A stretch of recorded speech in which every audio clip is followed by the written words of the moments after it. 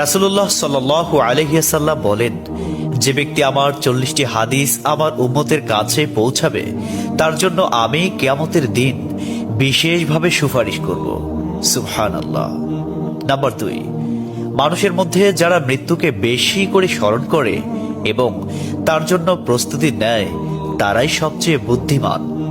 Number 3, প্রত্যেক জিনিসের জাকাত আছে, আর দেহের জাকাত হচ্ছে রোজা। নাম্বার 4, যে তার সময় আল্লাহর জন্য ব্যয় করে না তার জন্য জীবন অপেক্ষা মৃত্যু শ্রেয়।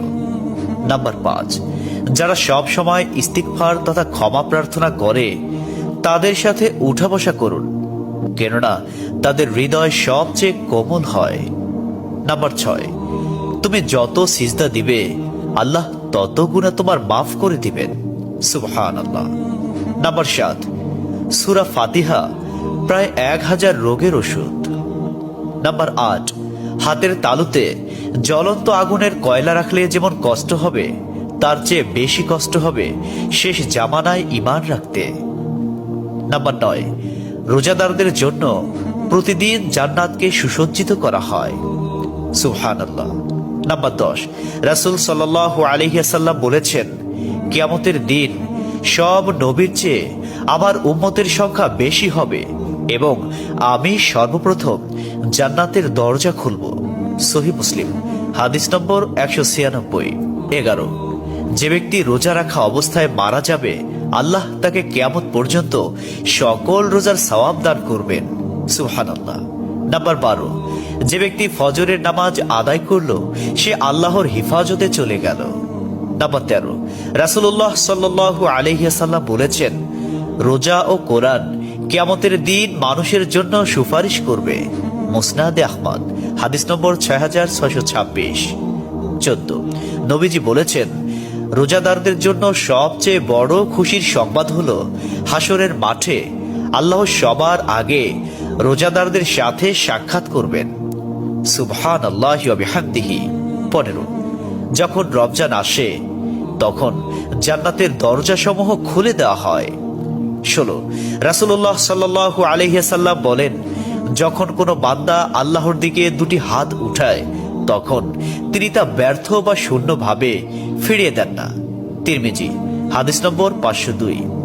17, হযরত মুহাম্মদ সাল্লাল্লাহু আলাইহি ওয়াসাল্লাম বলেছেন, একটি খেজুরের অর্ধেক হলেও দান করে জাহান্নামের শাস্তি হতে নিজেকে হেফাজত করো। সহিহ বুখারী, হাদিস নম্বর 6023। প্রিয় ভাইরা, নাম্বার 18, যদি ভালো হতে চাও তবে সর্বপ্রথম মিথ্যা বলা ছেড়ে দাও। 19, তুমি যখন রাস্তা দিয়ে যাও তখন আল্লাহর নামে জিকির করো, কারণ হাসরের দিন ওই রাস্তা তোমার নামে সাক্ষ্য দিবে। 20, তোমরা সব সময় উযু করো, কারণ কিয়ামতের দিন যারা উযুকারী তাদের হাত পা উজ্জ্বল থাকবে। সুবহানাল্লাহি ওয়া বিহামদিহি।